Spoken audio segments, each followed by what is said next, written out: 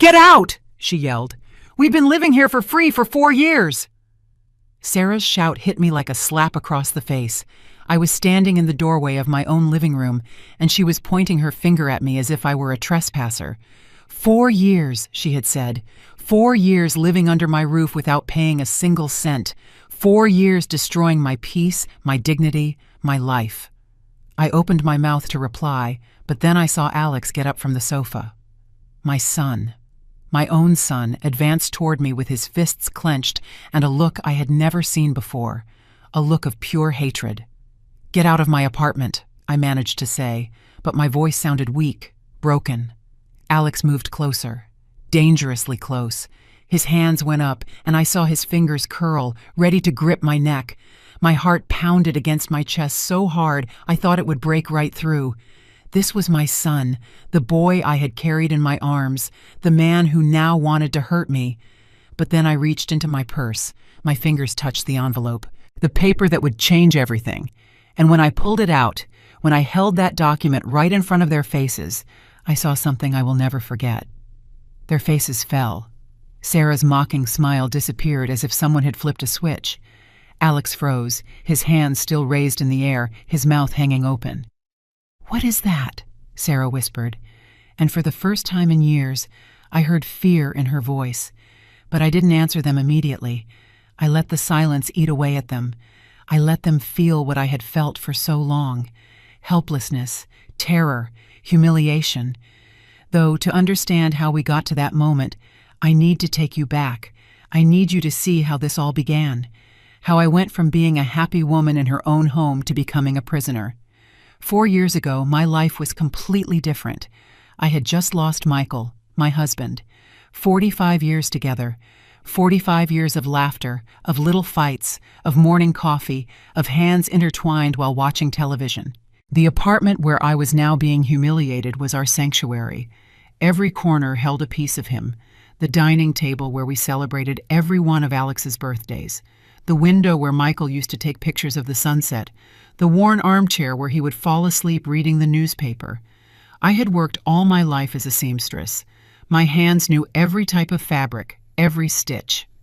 I had saved penny by penny alongside Michael. He worked in construction. He would come home with rough hands and a tired body, but always with a smile for me. We bought this apartment together 30 years ago, 30 years of paying every installment religiously, 30 years filling it with memories. When Michael died, the apartment was legally put in my name. Everything legal, everything in order. It was mine, my refuge, my only piece of stability in a world that suddenly felt empty and cold. The first few months after his death were awful. I would wake up looking for him. I would prepare coffee for 2 out of habit.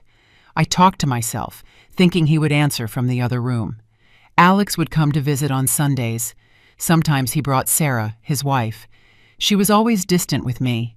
Polite, yes, but cold, as if being in my home was an obligation and not a pleasure. I tried to please her. I cooked her favorite dishes. I asked her about her work. But there was always an invisible barrier between us, a tension that I didn't understand. Then, one afternoon in March, Alex arrived with a look on his face that I had never seen. Genuine worry mixed with something else, something I couldn't quite identify at the time. "Mom, I need to talk to you," he said as he sat on the sofa. "Sarah is pregnant." My heart jumped. I was going to be a grandmother? The news should have filled me with joy, but there was something in his tone that made me nervous. "That's wonderful, son," I replied with a smile. "Yes, but—" He paused for a long time. "We have financial problems. The rent for our apartment went up to $900 a month, and with the baby on the way, we can't afford it.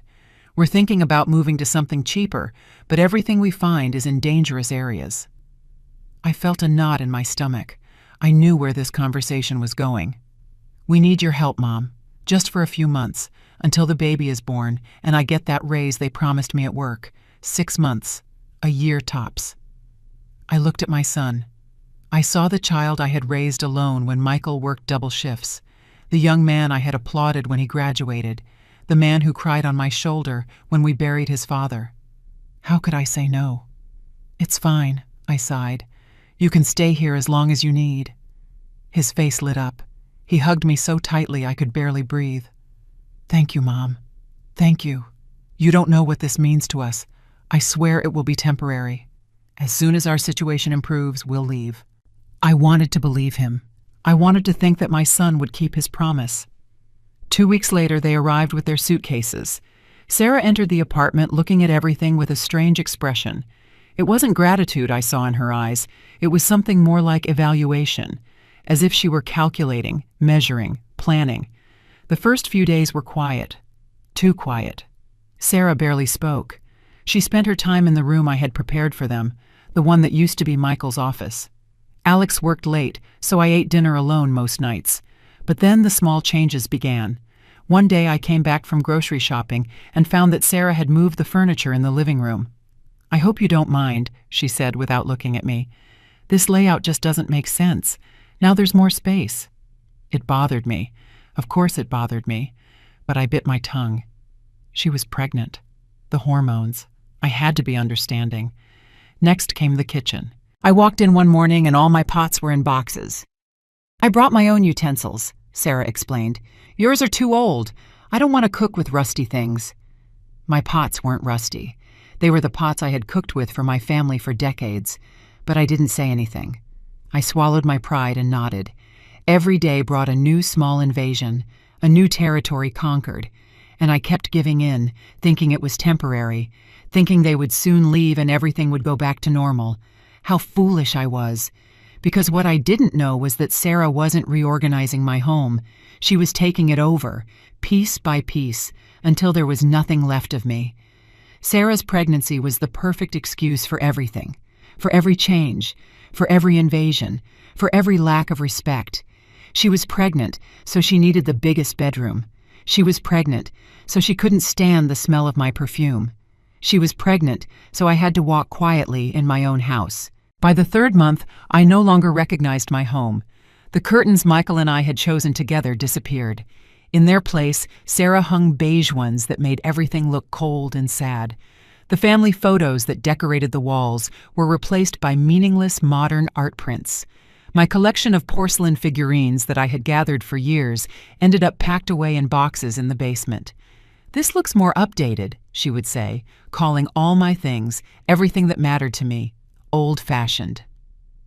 One night, I heard Alex and Sarah talking in their bedroom. The door was ajar, and their voices reached the hallway clearly, where I was frozen, holding my breath. "I don't understand why we have to pretend so much," Sarah was saying. "This house should be ours. You're her only son. All this belongs to you by right." "Not yet, Mom," Alex replied. My son's voice sounded tired. "We need more time." "More time for what? We've been here for 4 months without paying anything. We should start looking for a way for her to sign something, a transfer, a will, something." My heart stopped. I felt the floor move beneath my feet. "I don't know if I can do that," Alex said, but his voice didn't sound convinced. It sounded like someone considering the possibility. "Of course you can. She's your mother. She trusts you. You just need the right moment, when she's vulnerable, when she feels lonely." I walked back to my room with trembling legs. I couldn't sleep that night. Sarah's words spun in my head like a broken record. "All this belongs to you by right, when she's vulnerable, when she feels lonely." The next day, I tried to act normal, but something had changed inside me. For the first time, I began to see clearly. They weren't temporary guests. They were invaders. And I had opened the door voluntarily. The baby was born in August, a girl. I hoped that with her arrival, things would improve, that Sarah would soften, that she would regain some humanity. But it was the exact opposite. "Mary, I need you to sleep on the sofa," Sarah told me 2 days after coming home from the hospital. "The baby cries a lot at night, and your room is farther away from the noise. We need rest." "But that's my bedroom," I protested weakly. "Exactly. And since it's your house, you should be more considerate of your guests. Or would you rather the baby not sleep and we all be in a bad mood?" I ended up sleeping on the sofa, in my own house, at my 70 years old. My back screamed in pain every morning, but I didn't dare complain. I didn't want to be the difficult grandmother, the problematic mother-in-law. Months passed, and the promises to leave evaporated like smoke. Every time I brought up the subject, Alex had a new excuse. The raise was delayed. Rents are incredibly expensive. The baby is too young to move. We need to save more. Always more time, more excuses, more lies. Sarah stopped pretending to be nice altogether. Now the orders were direct and cruel. Don't use the washing machine on the weekends. That's when I do the baby's laundry. Don't cook those ethnic dishes. The smell makes me sick. Don't invite your friends over. The baby needs silence. Don't watch television after 8 o'clock. The noise bothers us. My apartment had become a prison with invisible bars. Every room had new rules that I hadn't established, rules that changed according to Sarah's mood. One day she arrived with new locks. "What is that?" I asked, feeling a chill run down my spine. "Locks for our room and for the baby's room. I don't want you coming in without permission. We need privacy." "But it's my house," I said, and my voice sounded pathetic even to my own ears. Sarah looked at me with a cold smile. "Your house? Mary, we've been here for more than a year. Alex is your son. Legally, he has as much right to this place as you do. Maybe you should remember that." No, it wasn't true. The apartment was in my name, and only my name. But the way she said it made me doubt myself. It made me feel small and confused. Alex installed the locks that same afternoon. He didn't look me in the eye while doing it. My son, putting locks on the doors of my own house to keep me out. I cried silently that night on the sofa where I now slept. The streetlights shone through the window, casting shadows on the ceiling. I thought about Michael, how he would have handled this situation. He never would have allowed this. Never. Weekends became my worst nightmare. Sarah invited friends over. They had parties, loud music, laughter, people I didn't know walking through my house as if it were a bar. I locked myself in the small utility closet that was now my only refuge, the only space where Sarah hadn't put a lock yet. One night, one of Sarah's friends mistook me for the housekeeper. "Hey, get me another beer," he shouted from the sofa. "I don't work here," I replied, with the little dignity I had left. "I own this house." The man looked me up and down and laughed. "Seriously? Because it looks like Sarah's the one in charge here." He was right. Sarah was in charge, and I had allowed it to get to that point. I had been too weak, too kind, too naive. The second year was worse than the first. Sarah didn't even pretend to be respectful anymore. She spoke to me as if I were a burden, a nuisance, something to be tolerated until they figured out how to get rid of it. Alex was almost never home. "Working late," he'd say. But I knew it was a lie. He simply didn't want to be home. He didn't want to face what was happening. It was easier to run away than to defend his own mother. The apartment bills were still in my name. The water, the electricity, the gas, the maintenance fees. I paid for everything with my pension of $700 a month. Sarah and Alex didn't contribute a single cent, not even for food. When I cooked, they ate. When I didn't cook, they ordered takeout and didn't offer me anything. One afternoon, my friend Eleanor came to visit. I hadn't seen her in months. I had been isolating myself, ashamed of my situation. But that day, I needed to see a kind face. I needed to remember that good people still existed in the world. "Mary, my God, what happened to you?" Eleanor said when I opened the door. "You look sick. You've lost so much weight." "I'm fine," I lied. "Just a little tired." But Eleanor knew me too well. She came in and looked around. I saw her face change when she saw the apartment, when she saw how different everything was, when she noticed that I was sleeping on the sofa. "What is going on here?" And then, for the first time in 2 years, I broke down. I told her everything. Eleanor hugged me as I sobbed. Tears that I had held back for 2 years burst out like a broken dam. I told her about the humiliations, about the locks, about sleeping on the sofa, about how my own son had abandoned me, about how Sarah treated me like trash in my own home. "This can't go on," Eleanor said firmly. "Mary, this is abuse. They are abusing you." "They are my family," I whispered. "Alex is my only son." "Your son is hurting you, and that woman is a snake. You need to get them out of here." "I can't. She's my granddaughter. If I throw them out, I'll never see her again." Eleanor took my hands. Her eyes were full of tears, but also of something else, determination. Listen to me carefully. If you continue like this, you're going to end up in the hospital. Or worse. I've seen women die from sadness, from stress, from constant humiliation. Is that what you want?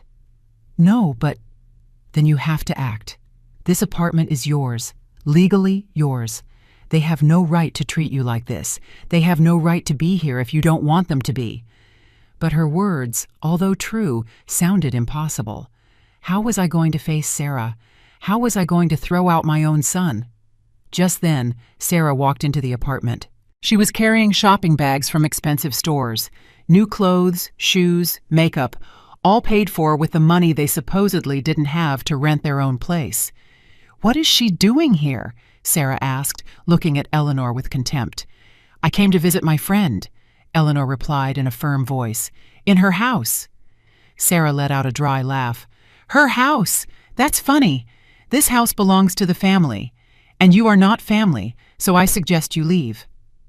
"I'm not going anywhere until Mary asks me to." Sarah looked at me with those cold eyes I had learned to fear so much.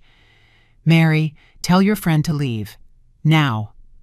I felt Eleanor's gaze on me, waiting, begging me to defend myself for once, but the words got stuck in my throat. The fear was stronger than the courage. "Eleanor, maybe you should go," I said in a voice that was barely audible.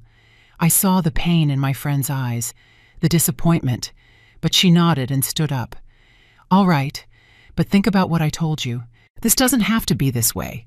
You have the power to change it." When Eleanor left, Sarah planted herself in front of me. "If I see that woman here again, things are going to get very ugly for you. Understood?" I nodded. I always nodded.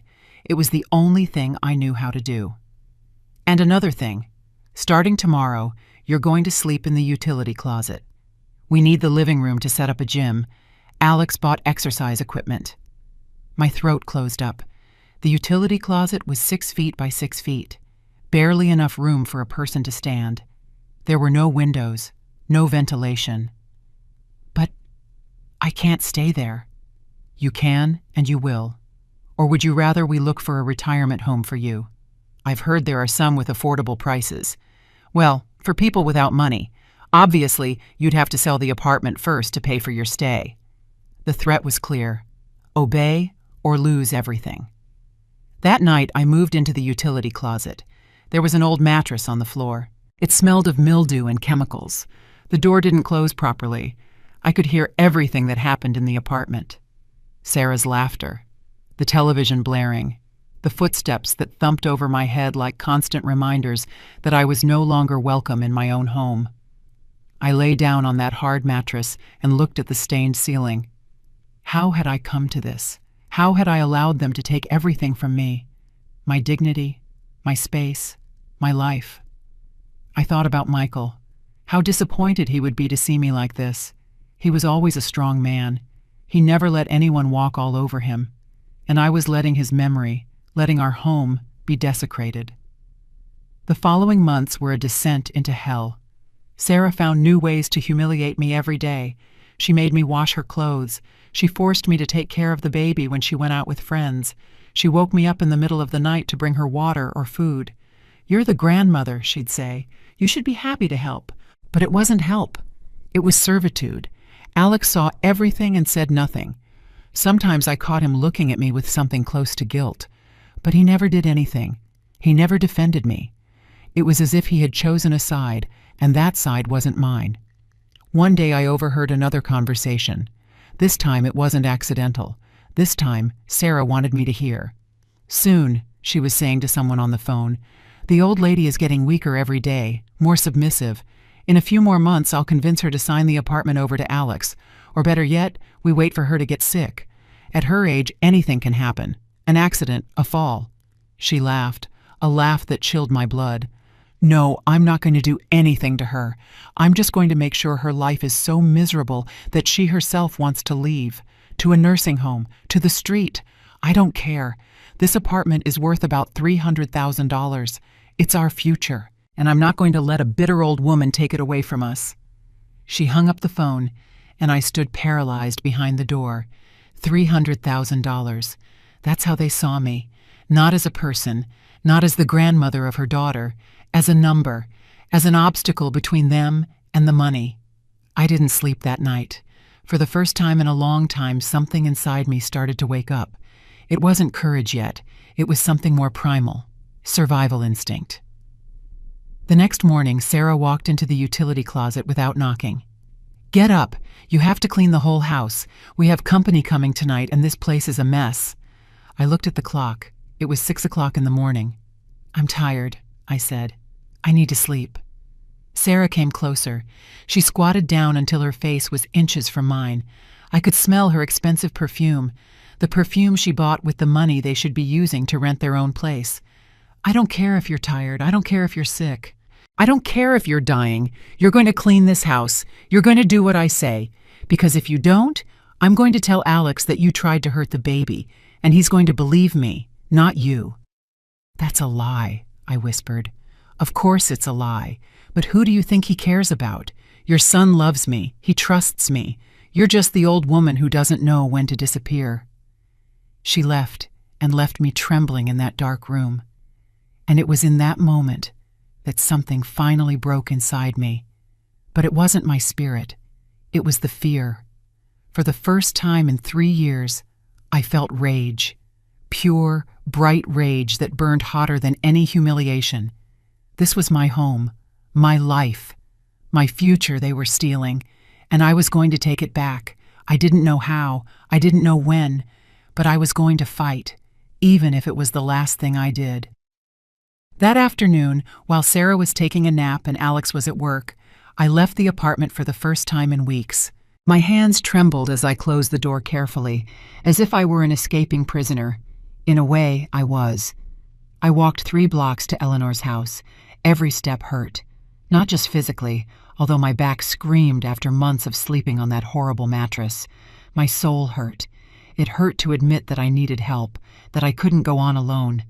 I rang the doorbell and waited. My heart was pounding so hard I thought it would jump out of my chest. What would happen if Sarah found out I had left? What punishment would she invent this time? The door opened and there was Eleanor. Her face lit up for a second, but then I saw worry take over her features. "Mary, come in quickly." She ushered me in and sat me on her sofa, a comfortable, soft sofa that reminded me what it felt like to be human.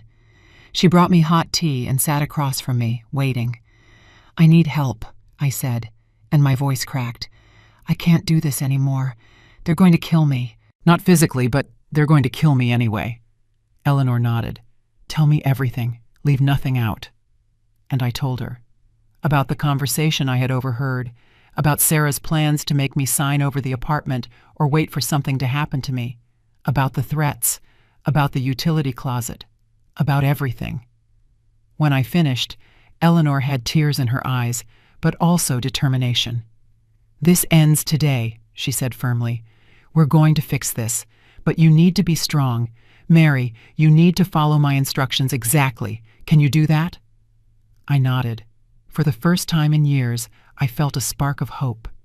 "First, you need evidence. Record the conversations. Record the threats. Every time Sarah or Alex says something cruel, something threatening, you record it. Do you have a phone?" "Yes, but Sarah checks my phone sometimes." "Then we'll use mine. I'm going to give you an old phone I have. You're going to hide it well, and you're only going to use it for the recordings. No one can know you have it. All right. Second, you need a lawyer. I know someone. His name is James. He's good and he's honest. I'm going to call him today. He's going to tell you exactly what rights you have and how to get those leeches out of your house." "But the money," I whispered. "I don't have money for a lawyer." Eleanor took my hands. "I'm going to help you. I have savings. Consider this a loan if you want, but we are going to get you out of this situation." Tears streamed down my cheeks. I didn't deserve a friend like Eleanor. After months of pushing her away, of throwing her out when Sarah ordered me to, she was still there for me. "One more thing," Eleanor said seriously. "From now on, you're going to come here every day, even if it's just for half an hour. You're going to eat well. You're going to regain your strength, because what's coming is going to be difficult. Sarah isn't going to give up easily. She's going to fight. She's going to manipulate. She's going to lie, and you need to be ready. I returned to the apartment 2 hours later. Sarah was in the living room watching television. "Where were you?" she asked without looking at me. "I went to the pharmacy," I lied. "I needed medicine for my back pain." She snorted. "Sure. Always sick, always complaining. You do everything for attention." I didn't answer. I just went to my utility closet and closed the door. Under the mattress, I hid the phone Eleanor had given me. My secret weapon. My ticket to freedom. The following days seemed the same, but everything had changed. Now, when Sarah insulted me, I recorded. When Alex ignored my pleas for help, I recorded. When I overheard their conversations about the apartment, about their plans, I recorded. "Mary, you're a nuisance. I wish you would just die and leave us alone." Recorded. "Mom, I can't help you right now. Sarah needs me to watch the baby. She's my priority." Recorded.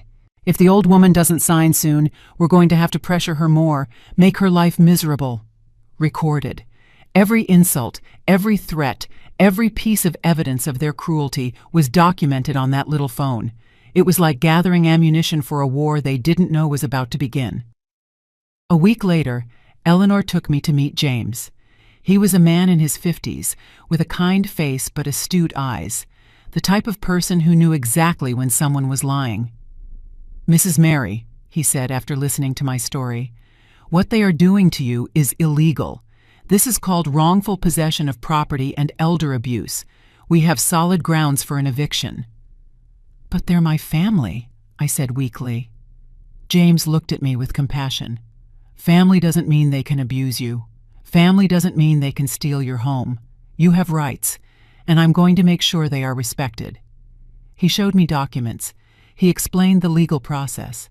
He told me that with the recordings I had collected, plus the fact that the apartment was solely in my name, plus the evidence that they had never paid rent or contributed to expenses, we had a very strong case. "How long will it take?" I asked. "If they don't leave voluntarily when they receive the notice, we can force the eviction in about 30 days.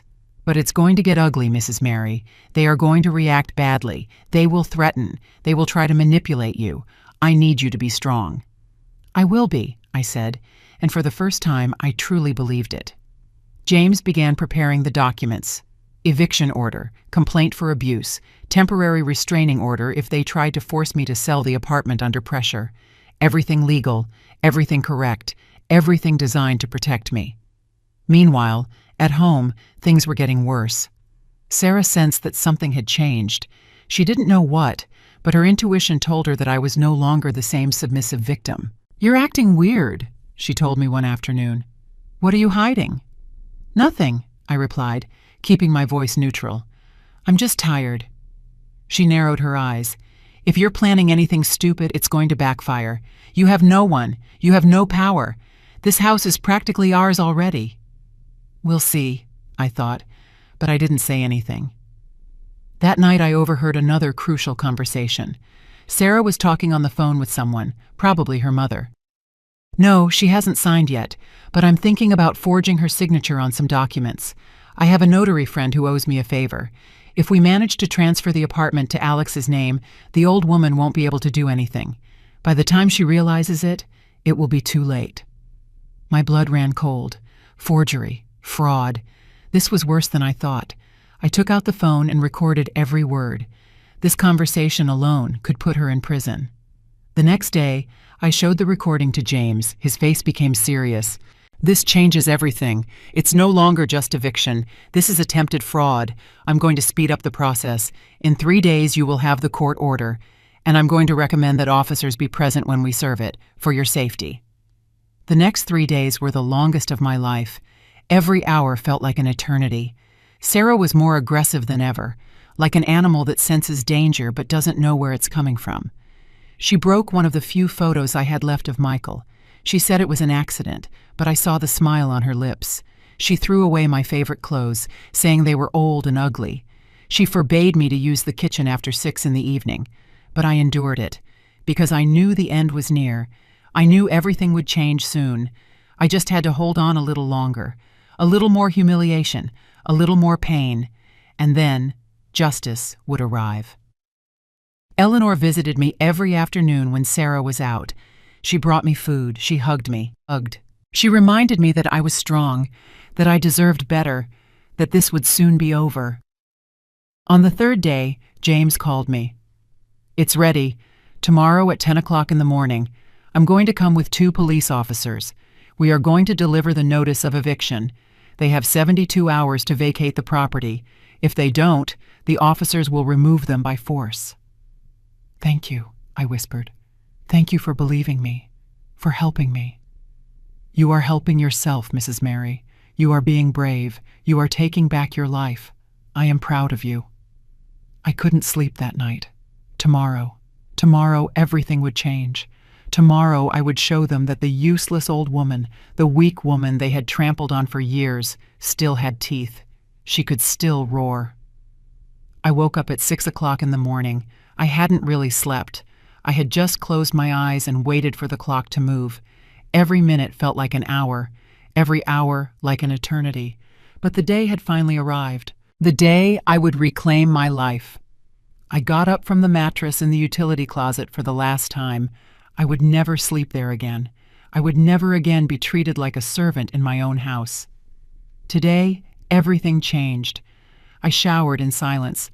Sarah and Alex were still asleep. I could hear his snoring from their room, the room that had been mine, the room where Michael and I had shared 45 years of marriage. I dressed carefully. I chose a dark green dress that Michael had given me years ago. I wanted to look dignified, strong. I wanted that when they saw me, they would know I was no longer the same broken woman they had been stepping on. At 9:30, I heard the doorbell. My heart skipped a beat. I took a deep breath. It was time. I opened the door. There was James with his leather briefcase. Behind him, 2 police officers in impeccable uniforms. One was young, maybe 30 years old. The other older, with gray hair at the temples and a look that said he had seen everything in his career. "Good morning, Mrs. Mary," James said with a reassuring smile. "Are you ready?" I nodded. I didn't trust my voice. If I spoke, I feared it would tremble, that the fear still pulsating beneath my determination would show. They came in. The sound of their footsteps in my apartment was like music, steps of justice, steps of liberation. Sarah came out of her room in a robe, her hair disheveled. Seeing the police officers, her face paled. "What is going on here?" she asked, looking at me with eyes full of fury. "Mary, what did you do?" James stepped forward and handed her an envelope. "I am the attorney for Mrs. Mary Hernandez, the legal owner of this property. I am serving you with a court-ordered notice of eviction. You have 72 hours to vacate this property." Sarah snatched the envelope from his hands. Her eyes scanned the document with increasing speed. I watched her face change from pale to red, from disbelief to rage. "This is a joke," she shouted. "This house is ours. We've been here for 4 years. We have rights." "No, ma'am," the older officer intervened. "You have no rights. You never signed a lease agreement. You never paid rent. You are illegal occupants, and now you have to leave." Alex came out of the bedroom at that moment. Seeing the scene, his confusion was evident. "Mom, what's going on?" "Your mother is throwing us out," Sarah screamed. "After 4 years. After everything we've done for her, she's throwing us into the street." "What did you do for me?" My voice came out louder than I expected, firmer. "What exactly did you do? Steal my bedroom? Put me to sleep in a utility closet? Humiliate me every day? Plan to forge my signature to steal the apartment?" Sarah froze. "How do you know that?" I pulled my phone out of my pocket, the phone with all the recordings. "I have everything, every insult, every threat, every plan you made to steal what is mine, and the lawyer has copies of everything." Alex looked at me as if I were a stranger. "Mom, you can't do this. We're your family." Something inside me broke upon hearing him, not out of sadness, out of liberation, as if invisible chains had finally snapped. "Family? Alex, you stopped being my family 4 years ago. 4 years ago you chose this woman over your own mother. 4 years ago you watched me suffer and did nothing. Family doesn't treat the people they love like that." My voice cracked, but I continued. "You made me sleep on the sofa, then in a utility closet. You put locks on the doors of my own house to keep me out. You let your wife treat me like garbage, and you never, not once, defended me." Alex opened his mouth, but no words came out. For the first time in years, he had no excuses. He had no justifications. Just silence. Sarah found her voice then, her true voice. The cruel voice she had been using with me for years and now shamelessly directed in front of the officers. "You're a stupid old woman, a useless hag. You think you won, but you're going to end up alone, completely alone. And when you're dying in some miserable nursing home, you're going to remember this day and regret it." The young officer stepped forward. "Ma'am, I suggest you calm down. Any further threats may result in charges." But Sarah was out of control. The whole mask of civility had fallen. She turned to me, her eyes full of venom. "You know what, Mary? I never liked you. From the first day I met Alex, I knew you were going to be a problem. An intrusive, pathetic mother-in-law. That's why we planned this from the beginning. We were never going to pay rent. We were never going to leave. The plan was always to stay until you died or left." And it almost worked. James took a recorder out of his briefcase. "Thank you for the confession, Mrs. Sarah. This makes things much easier." Sarah's face went white. "Me? No, I was kidding." "Of course you weren't," James said coldly. "And now it's all recorded. Attempted wrongful appropriation, elder abuse, planned fraud. Mrs. Mary could file criminal charges in addition to the civil eviction." Sarah turned to Alex. "Say something. Do something." But my son just looked at the floor. As always, cowardly until the end. Then Sarah did something I will never forget. She ran toward me. For a second, I thought she was going to hit me. The young officer moved to intercept her, but she stopped inches from my face. "This doesn't end here, you hag. I'm going to ruin your life. I'm going to make you regret this. You're going to wish you had never met us." "I already regret it," I said calmly. "I regret opening my door. I regret being kind. I regret putting up with your cruelty for so long. But that ends today." The older officer stepped between us. "Mrs. Sarah, do you need to step back right now, or am I going to arrest you for intimidation? Understood?" Sarah backed away, but her eyes remained fixed on me, full of hatred, full of promises of revenge that I knew she couldn't keep. "You have 72 hours, James repeated. "If you haven't left by 10 o'clock Thursday morning, the officers will return and remove you by force." "Can we take all our personal belongings?" Sarah asked in disbelief. "Yes, but anything you have added to the property without Mrs. Mary's permission stays." "That includes the furniture, the appliances, everything?" Sarah asked. "Everything you bought and installed without the owner's written consent is technically an unauthorized improvement to the property. Therefore, it stays." Sarah screamed in frustration. "This is robbery!" "No, ma'am," the older officer said. "Robbery is what you tried to do. This is justice." The officers and James left, after verifying that all the documentation was in order. They left me copies of everything: court orders, restraining orders, emergency numbers in case Sarah or Alex tried anything. When they left, I was left alone in the living room with Sarah and Alex. The silence was so dense it could be cut with a knife. Finally, Alex spoke.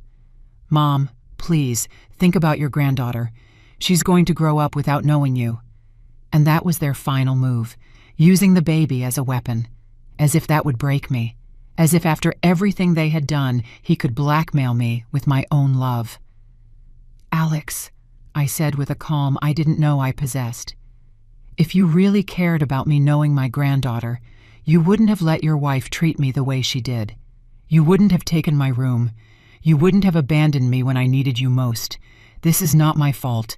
It is a consequence of your decisions, of hers. You chose this." He left without saying anything else. Sarah followed him, but not before giving me one last look of pure hatred. When the door to their room closed with a slam, I finally let out the breath I had been holding. My legs were shaking. I sat down on the sofa, my former forced resting place, and let the tears come out. But they were not tears of sadness. They were of relief, of liberation, of justice finally served. I had taken the most difficult step of my life, and I had survived. The next 3 days were a silent war. Sarah and Alex moved through the apartment like furious ghosts. They packed their things with sharp thuds, throwing objects, slamming doors. Every noise was a declaration of rage. Every glance they cast at me was a poisoned dagger. But I was no longer afraid. Eleanor came every day. She sat with me in the living room while Sarah packed in the bedroom. My friend didn't say much. Just being there was enough. Her presence was a reminder that I was not alone, that I had made the right decision. On the second day, Sarah tried to take things that didn't belong to her: the living room television, the washing machine, even some furniture that had been in the apartment before they arrived. "That stays," I said when I saw her disconnecting the television. She spun around with a cruel smile. "Ah, now you talk. Now you have a voice. How brave you've become with your lawyers and your police." "That television was here before you arrived. It's mine. Leave it." "Prove it," she challenged me. I took out my phone and called James. He answered on the second ring. I put him on speakerphone. "Mrs. Sarah," James's voice filled the room, "I remind you that any property that was in the apartment before your arrival belongs to Mrs. Mary. If you attempt to take anything that doesn't belong to you, we will be adding theft to the charges. The officers have a complete inventory. Do you want to take that risk?" Sarah dropped the television cable as if it burned. She gave me a look of pure hatred and stomped out of the living room. "Thank you, James," I whispered into the phone. "That's what I'm here for, Mrs. Mary. Call me if you need anything at all. They are not above the law, no matter how much they act like they are." That night, I heard Sarah and Alex arguing. Their voices cut through the walls like knives. "This is your fault," Sarah screamed. "You said your mother was weak, that we could do whatever we wanted, and now look where we are, homeless, with nothing." "I didn't know she would do this," Alex replied. "I've never seen her like this. She was always so submissive."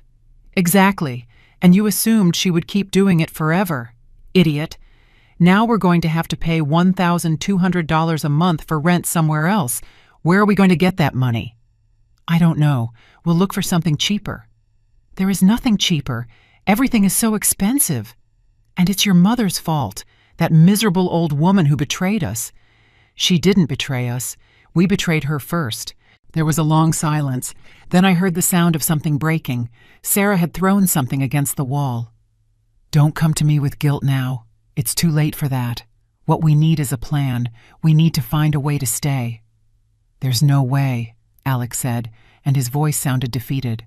"We lost." I walked away from the door. For the first time, Alex had said something true. They had lost. And that didn't give me joy, but it did give me peace. A strange, bitter peace, but peace nonetheless. The third day dawned gray and cold. It was Thursday, the deadline. At 10 o'clock in the morning, if they were still here, the officers would come and remove them by force. I woke up early. I made coffee in my own kitchen, without fear of Sarah yelling at me for using her expensive utensils. I sat at the dining table and looked out the window, the same spot where Michael used to read the newspaper every morning. Soon I could fill this space with good memories again. Soon I could start to heal. At 8 o'clock in the morning, Sarah came out of her room. She was carrying 2 large suitcases.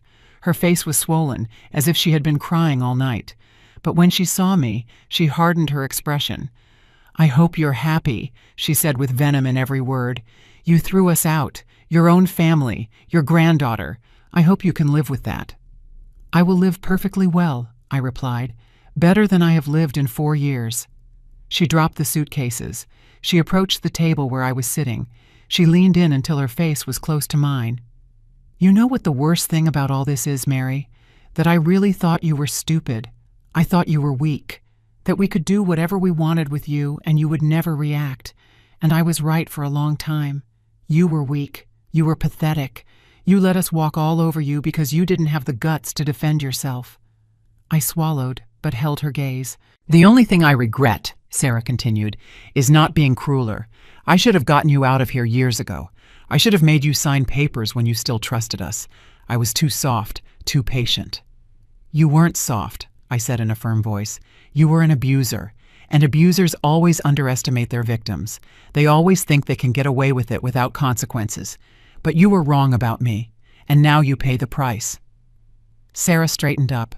Her hand moved so fast that I didn't have time to react. She slapped me so hard my head snapped to the side. The sting on my cheek was intense, but I didn't say anything. I didn't give her the satisfaction of seeing me cry. At that moment, Alex entered the living room. He saw my red cheek. He saw Sarah's hand still in the air, and he did nothing. "Let's go," he simply said. "It's enough." Sarah grabbed her suitcases and walked toward the door, but she stopped and turned one last time. "Oh, by the way, your beloved photo of Michael, the one you had on your nightstand. I had the pleasure of throwing it in the trash 6 months ago, and those old letters you kept in the drawer, I threw those away too, because I knew it would hurt you, and it gave me pleasure to see you suffer." I felt as if a knife had been plunged into my heart. Those letters were the last things I had left of Michael, his handwritten words of love from the years he worked out of town. They were irreplaceable. "Monster," I whispered. "You are a monster." Sarah laughed. "And you are a sentimental fool. Goodbye, Mary. Enjoy your empty apartment. Enjoy your loneliness, because that's all you have left." She left. Alex picked up the last boxes and followed her without looking at me, without a word, without an apology, without anything. The door closed behind them, and silence flooded the apartment, a silence so profound I could hear my own breathing, the tick-tock of the clock on the wall, the distant hum of the street outside. I sat at that table for a long time. I don't know exactly how long. It could have been minutes or hours. I just stayed there, processing what had just happened, processing that they were finally gone, that I had won. But it didn't feel like a victory. It felt like a loss, not of them, but of something deeper, of the illusion of family, of the hope that my son would one day become the man I wanted him to be. I cried then, not for them, for me, for the 4 lost years, for the humiliations endured, for the woman I had been before they arrived and destroyed my peace, for Michael, who would have been devastated to see what had happened to his family. The doorbell rang at 10 o'clock sharp. It was James and the officers, checking that Sarah and Alex had left. "They left an hour ago," I told them in a hoarse voice. James came in and looked around. He immediately noticed my swollen cheek. "She hit you." I nodded. "Do you want to press assault charges?" I shook my head. "I just want peace. I want them to disappear from my life forever." The older officer approached. "Ma'am, I understand how you feel, but people like that don't stop. If there are no consequences now, they will do it again, to you or to someone else." Maybe he was right, but I was so tired, so empty. I had no energy for more battles. "Let me think about it," I finally said. James nodded. "Take your time, but know that you have 30 days to decide on the assault charges. After that, we can no longer do anything legally." The officers checked the apartment to make sure they hadn't left anything dangerous, nothing booby-trapped. With people that resentful, you never knew. "Everything is clear," the young officer reported, "but I recommend changing the locks today, and if you see either of them loitering, call 911 immediately. The restraining order is active. They cannot approach within 300 feet. When everyone left, I was alone for the first time in 4 years, truly alone, the absolute owner of my space, of my life, of my future. I walked through every room. What had been my bedroom was now empty except for the bed. Sarah had taken everything else, curtains, lamps, rugs. She left only the bare minimum. I walked into my former room with slow steps. The bed was still there, but it looked strange. Naked, empty of everything except the mattress Sarah had used. The walls had marks where their pictures had been, holes where their things had hung, like wounds on the skin of the room that had been my sanctuary. I sat on the edge of the bed and ran my hands over the mattress. This was not mine. Mine, the one Michael and I had shared for decades, had disappeared years ago. Sarah had thrown it out, saying it was old and full of mites. She replaced it with this one. Cold, without history, without a soul. I opened the nightstand drawer with trembling hands. Empty. Sarah had told the truth. Michael's letters were gone. those handwritten words of love in his irregular script, those pieces of yellowed paper that smelled of time and fulfilled promises, all destroyed out of pure malice. I closed the drawer and allowed myself a moment of pure pain, of irreparable loss, because even though I had recovered my house, I had lost something I could never replace, pieces of Michael that existed only in those letters, words I could never read again. But then I remembered something Sarah didn't know, something no one knew except me. I got up and went to the closet. In the back, behind old boxes and winter clothes, there was a shoebox, a box I had hidden years ago and that in all the chaos of the last 4 years I had completely forgotten about. I carefully took it out. My hands were shaking as I removed the lid, and there they were. More letters. The first ones Michael had written to me when we were dating, photos of our wedding, a lock of Alex's hair when he was a baby, memories I had stored so long ago that they had become invisible even to me. Tears streamed down my cheeks, but this time they were not tears of sadness. They were of relief. Sarah had not won completely. She had not been able to destroy everything. I still had pieces of my past left, pieces of love that she could never touch. I sat on the closet floor and read the letters, Michael's young handwriting, his awkward but sincere words, promises to build a life together, to grow old holding hands, promises he had kept until his last day. "I miss you," I whispered to the wedding photo. But I did it. I got them out. I got our house back. The doorbell rang, interrupting my moment. I wiped my tears and went to open it. It was Eleanor with a basket full of food. "I came to celebrate," she said with a smile, "and to make sure you're okay." "I am okay," I said, and for the first time in years, it was true. I am truly okay. Eleanor came in and looked around. "I can tell they took a lot of stuff." "Yes, but I don't care. They were their things anyway, things without a soul. I can replace them." We cooked together that afternoon, something I hadn't done in a long time. Eleanor prepared her famous chili while I chopped vegetables. We talked and laughed, the apartment filled with delicious smells and kind conversation. It felt like coming back to life. As we ate, Eleanor became serious. "Mary, I want to ask you something. How do you really feel? Don't tell me you're fine if it's not true." I thought about her question, about how I truly felt. It was complicated. It was a mix of relief, sadness, anger, peace. "I feel free," I finally said. "But I also feel sad. I lost my son. Maybe not the person who left today, because that person stopped being my son a long time ago. But I lost the hope of getting him back, and that hurts." Eleanor took my hand. "The Alex you raised is still in there. Maybe someday he'll wake up. Maybe he'll realize what he lost. But even if he doesn't, you did the right thing. Saving yourself is not selfishness, it's survival." "I know, but it still hurts. Pain means your heart still works, that you can still feel, and that's good. It means they didn't completely break you." That night, after Eleanor left, I walked through the apartment turning off lights. Every room felt different, more spacious, like I could breathe again, as if the walls themselves had expanded now that the darkness was gone. I stopped in front of the living room window. The city shone outside with thousands of lights, people living their lives, people with their own battles and victories, and I was one of them now, a survivor, a fighter. The following days were strange. I would wake up expecting to hear Sarah's screams, Alex's demands, the baby's crying, but there was only silence, a beautiful and terrifying silence at the same time. I hired a locksmith who changed all the locks, including the ones Sarah had put on the bedrooms. Watching those locks disappear was cathartic, like pulling the last thorns from a wound. I took the mattress from the utility closet where I had slept and threw it in the trash. Watching that piece of humiliation disappear into the garbage truck made me smile. I would never sleep on the floor again. I would never again be treated as less than human in my own home. I bought a new mattress for my bedroom. Nothing fancy. I didn't have much money, but it was mine, chosen by me.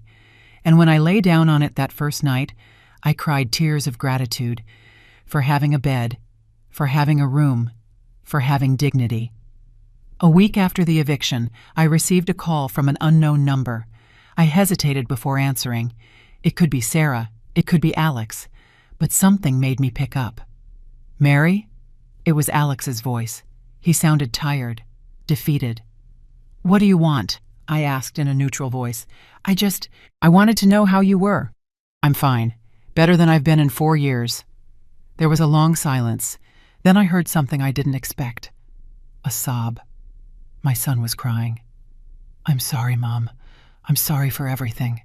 I'm sorry I didn't defend you. I'm sorry I was such a coward. I'm sorry I let you suffer. You were right. I stopped being your son a long time ago."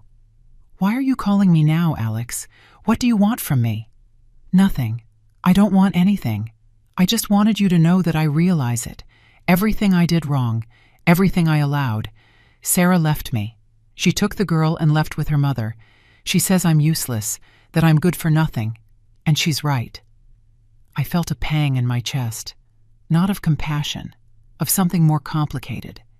He was my son, even though he had betrayed me, even though he had abandoned me.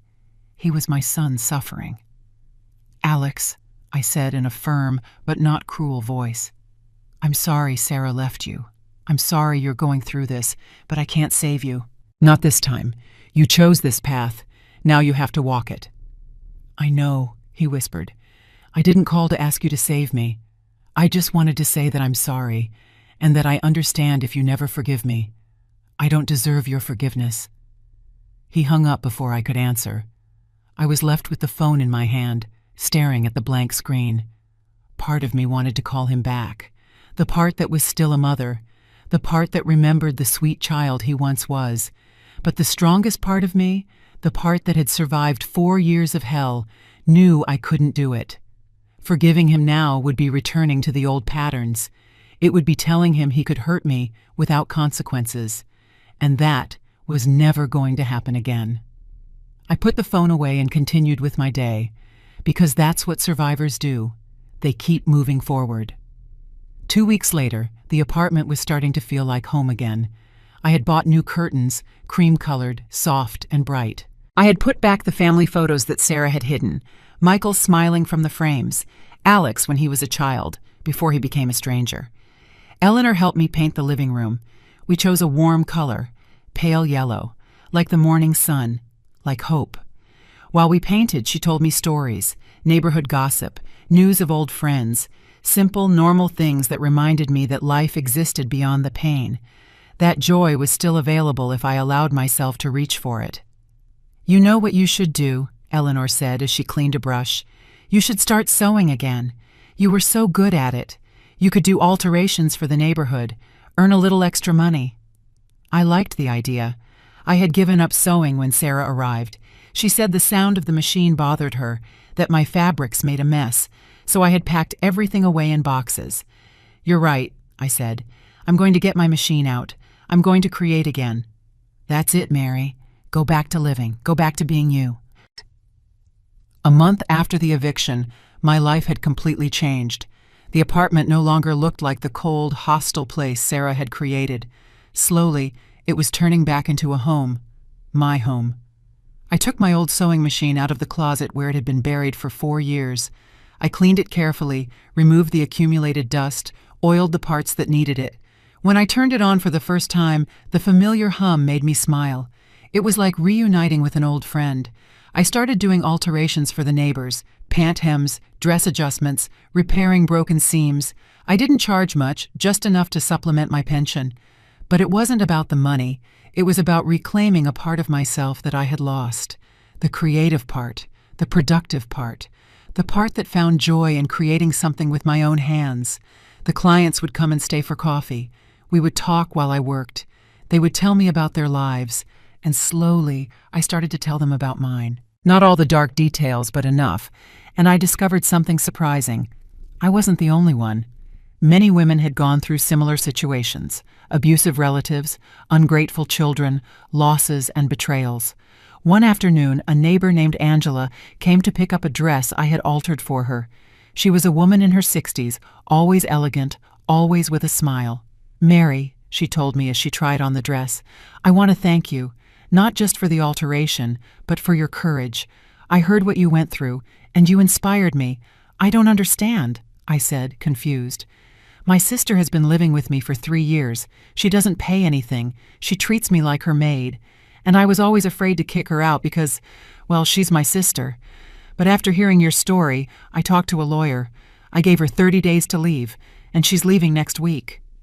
Angela's eyes shone with tears, but also with something else, liberation. You gave me the courage to take back my life, so thank you. I just did what I had to do, I said softly. Exactly. And you taught me that I can do it too. When she left, I thought about her words. Maybe my pain had not been in vain.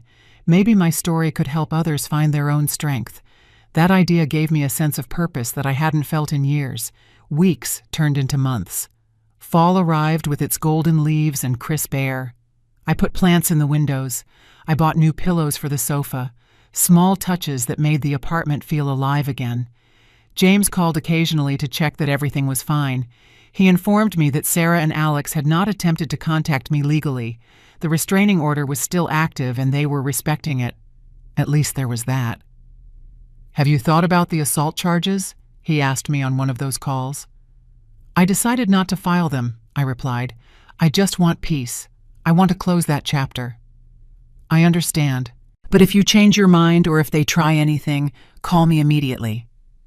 I will. And James, thank you for believing me, for helping me when I needed it most. It was an honor, Mrs. Mary. I wish more people had your courage. But I didn't feel courageous. I just felt tired of suffering. And I had discovered that sometimes survival looks like courage, even if it's not really. One afternoon in November, as I was sewing by the window, I saw something that chilled my blood. Across the street, watching my building, was Sarah. Her hair was shorter, and she was wearing clothes I didn't recognize, but it was her, without a doubt. I froze. My first instinct was to call the police. The restraining order was clear. She couldn't be within 300 feet. But something stopped me. Maybe curiosity. Maybe the need to face her one last time. But on my terms. I went downstairs, my heart pounding loudly. I crossed the street directly toward her. When she saw me coming, her expression changed. Surprise first, then something like fear. What are you doing here, Sarah? You know you're violating the restraining order. She swallowed. I needed to see you, to talk to you. We have nothing to talk about. Leave or I'll call the police. Please. Her voice cracked. Just 5 minutes. That's all I ask. There was something different about her. The arrogance was gone. The cruelty in her eyes had faded. She looked tired, defeated, almost human. Against my better judgment, I nodded. 5 minutes, but here on the street. You are not coming up to my apartment. Okay. We stood on the sidewalk as people walked past us. Sarah looked at the ground as if she didn't know where to start. Alex and I broke up, she finally said. I left with the girl. I'm living with my mother, and it's horrible. My mother is just like I was with you, controlling, cruel, and for the first time, I understand what I did to you. I raised an eyebrow. You came looking for my compassion, my forgiveness. No, I came to tell you that you were right. I was a monster to you, and now I'm getting what I deserve. My mother treats me like trash. She makes me feel small and useless, just like I made you feel. And I hate it. I hate it so much. What do you want me to do with that information, Sarah? She finally looked at me. Her eyes were red, swollen. Nothing. I don't want anything. I just needed you to know that I understand, that I regret it. Part of me wanted to believe her, the part that still remembered compassion. But the stronger part, the part that had survived, knew that words were easy. Actions were what counted. I believe you regret it now, I said, but only because you are suffering. If things were going well for you, if you were still in my apartment living for free, you would feel nothing. The regret that comes only from your own pain is not true regret. I know, she whispered. You're right, but I still needed to tell you. It's fine, you said it. Now leave and don't come back. If I see you near my house again, I will call the police. No warnings." Sarah nodded. She wiped her tears and turned around. I watched her walk away down the street, her shoulders slumped, her steps slow. Part of me felt sorry for her, but only a very small part. I went back up to my apartment and locked the door. I leaned against it and took a deep breath. That encounter could have destroyed me months ago, but now it just left me exhausted. Exhausted, but at peace. That night, as I was making dinner in my kitchen, the phone rang. It was a number I didn't recognize, but something made me answer. "Mom?" The voice was Alex's, but it sounded strange, trembling. "Alex, what's wrong?" "I'm at the hospital. I had an accident. Nothing serious, but I need surgery on my leg. And I have no one else to call." I felt that familiar tug in my chest, the maternal instinct that never completely dies no matter how much your children hurt you. "What hospital?" "St. Raphael's. But Mom, you don't have to come if you don't want to. I would understand. I just needed to hear your voice." "I'm coming," I said before I could stop myself. "Give me 30 minutes." I hung up and stared at the phone. What was I doing? After everything that had happened, why was I running to help him? Maybe because he was still my son. Maybe because a mother's love doesn't turn off with a switch. Or maybe because I had learned that I could help without losing myself in the process. I grabbed my purse and left. But this time was different. I wasn't going as the desperate, submissive mother I had been. I was going as a woman who knew her worth, a woman who had learned to set boundaries, a woman who could offer help without sacrificing her dignity. The hospital was crowded when I arrived. I found Alex's room on the 3rd floor. He was in a bed with his leg bandaged, hooked up to an IV. He looked pale and small. When he saw me come in, his eyes filled with tears. "You came." "I came, but only for tonight. Alex, tomorrow you'll have to manage on your own." "I know, and that's okay. It's more than I deserve." I sat in the chair next to his bed. The silence between us was heavy, loaded with years of pain and unspoken words. Alex looked at the ceiling as if he didn't know where to start. "How do you feel?" I finally asked. "It hurts," he replied. "Not just my leg. Everything. My whole life is a mess. Mom, I lost my job 2 weeks ago. Sarah took my daughter and barely lets me see her. I'm living in a rented room that costs $500 a month, and I don't even have enough to pay for next month." He paused and wiped his eyes with the back of his hand. "And the worst part is, I know it's my fault. Everything. Every horrible decision I made brought me here. And the worst of all was leaving you, betraying you, allowing Sarah to treat you the way she did." His words were sincere. I could feel it, but I also knew that words didn't change the past. They didn't erase the pain. They didn't bring back the lost years. "Alex," I said with a firm but not cruel voice, "I appreciate you recognizing what you did, but I can't save you, not this time. You chose this path. Now you have to walk it." "I know," he whispered. "I didn't ask you to come to save me. I just needed to see you. I needed you to know that I'm sorry. I regret it every day." "Regret is fine," I continued, "but it's not enough. You need to change. You need to become a different man. Not for me, for you, for your daughter. Because if you continue to be the same person who was so cowardly for 4 years, you're going to keep losing everything that matters." "You're right, as always. How could you even forgive me enough to come here?" "I'm not sure I've forgiven you yet," I said honestly. "But you are my son, and a part of me will always love you, no matter what you've done. That doesn't mean I'm going to let you hurt me again. It means I can offer you this, tonight, this conversation, and after that, you'll have to walk your own path." A doctor came in then, interrupting our conversation. He explained that Alex needed minor surgery on his leg, a fracture that required plates and screws. He would be hospitalized for 3 days. The cost was approximately $8,000, but since he didn't have insurance, he would have to pay in installments. I saw the panic in my son's eyes. $8,000 that he didn't have, a future of debt that he couldn't pay. And again, that tug in my chest, the instinct to protect, to fix, to sacrifice myself. But I stopped. I took a deep breath. I remembered everything that had happened. I remembered the utility closet, the humiliations, the threats, the pain of 4 years. The hospital has financial aid programs, I said. Talk to social services. They can help you reduce the debt or set up a payment plan you can manage. Alex nodded. I wasn't expecting you to pay, just to be here, and you already did that. It's more than I deserved. I stayed for 2 more hours.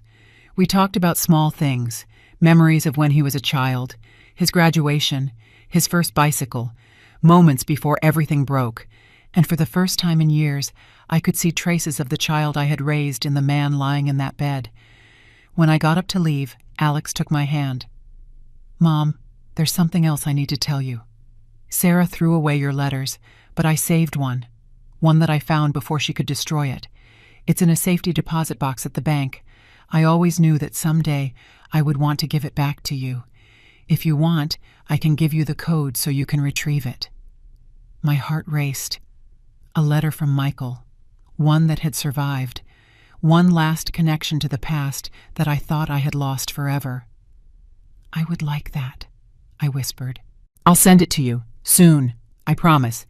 And Mom, one last thing. If I ever decide to be a better man, I want you to know it will be because of you, because you taught me what real strength is, not shouting, not abusing, not taking advantage of the weak, but getting up when you are knocked down, fighting when it seems impossible. That's what I saw in you, and that's what I want for myself. I leaned down and kissed his forehead, like when he was a child having nightmares, a simple gesture that contained all the complicated love between a mother and her son. Take care of yourself, Alex, and take care of your daughter. She needs a better father than you were a son. I will be. I promise. I left the hospital with tears in my eyes, but with a lighter heart. I didn't know if Alex would really change, if his promises meant anything, or if they were just words said out of pain. But I had done what I could. I had given him a chance to know that even though there were boundaries now, the love hadn't completely died. The following months were the most peaceful I had experienced in years. My sewing business grew. The neighbors recommended my services to their friends. Soon I was working 6 days a week, not because I desperately needed the money, but because I enjoyed the work. I enjoyed feeling useful, productive, alive. Eleanor and I became inseparable. We had lunch together 3 times a week. We went to the market on Saturdays. We watched movies in my apartment, the same apartment that was once my prison and was now my sanctuary. In December, a package arrived in the mail. The sender was Alex. Inside, carefully wrapped in tissue paper, was the letter. Michael's handwriting filled the yellowed page, dated 30 years ago, when he was working in another state and wrote to me every week. My dearest Mary, it read, the days without you are gray even when the sun is shining. But knowing that at the end of this temporary separation, I will have you in my arms again makes it all worthwhile. I am building our future, brick by brick, dollar by dollar, so you will never lack anything, so you will always have a safe place to call home. I love you today. I will love you tomorrow. I will love you until my last breath. I cried reading his words, but they were not tears of sadness. They were of gratitude. Gratitude for having known that love, for having built that home Michael promised, for having defended it when it was under attack. I put the letter in a frame next to our wedding photo, a reminder of what was, of what I fought to preserve, of what I finally reclaimed. Christmas arrived with its quiet magic. I decorated the apartment with lights and a small tree. Eleanor and I cooked together and invited some neighbors over. The apartment filled with laughter and warmth, the kind of celebration I hadn't had in years. Alex called me that night, just to wish me a Merry Christmas, to tell me he was working again, that he was going to therapy, that he was trying to be better. I don't know if I completely believed him, but hope is a powerful thing, and I allowed myself to have a little. Sarah never came back. I heard through neighborhood gossip that she had moved to another state, that her life hadn't been easy either after all. Part of me felt satisfaction in that, the human part that wanted justice, but the larger part simply felt relief that that chapter was over. One afternoon in January, as I was sewing by the window with the winter sun illuminating my work, I stopped and looked around. The apartment was at peace. I was at peace. I had survived the storm and found solid ground on the other side. I thought about the woman I had been 4 years ago, so full of pain from Michael's loss, so vulnerable, so willing to sacrifice herself for the illusion of family. And I thought about the woman I was now, stronger, wiser, more aware of her own value. The journey had been brutal. I had lost years of peace. I had lost the relationship with my son, at least the one I had known. I had lost my innocence about how cruel people could be, even the people who supposedly love you. But I had also gained something invaluable. I had gained myself.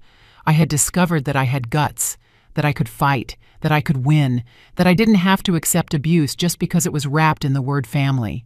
I had learned that setting boundaries is not cruelty. It is self-love.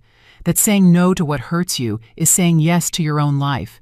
That it is never too late to reclaim your dignity. And that night, as I lay down in my own bed, in my own room, in my own apartment, I smiled. For the first time in years, I smiled with true happiness. Not because of something I had gained externally, but because of something I had recovered internally. My peace, my strength, my life. I would never again let anyone steal what was mine. Not my space, not my dignity, not my right to be treated with respect. I made that promise to myself, and this time I knew I would keep it, because I had learned the most important lesson of all, that love does not mean accepting abuse, that family is not an excuse for cruelty, and that sometimes the bravest thing you can do is stand up for what is yours, no matter who is on the other side. I closed my eyes and fell asleep, in peace, in my home, finally free.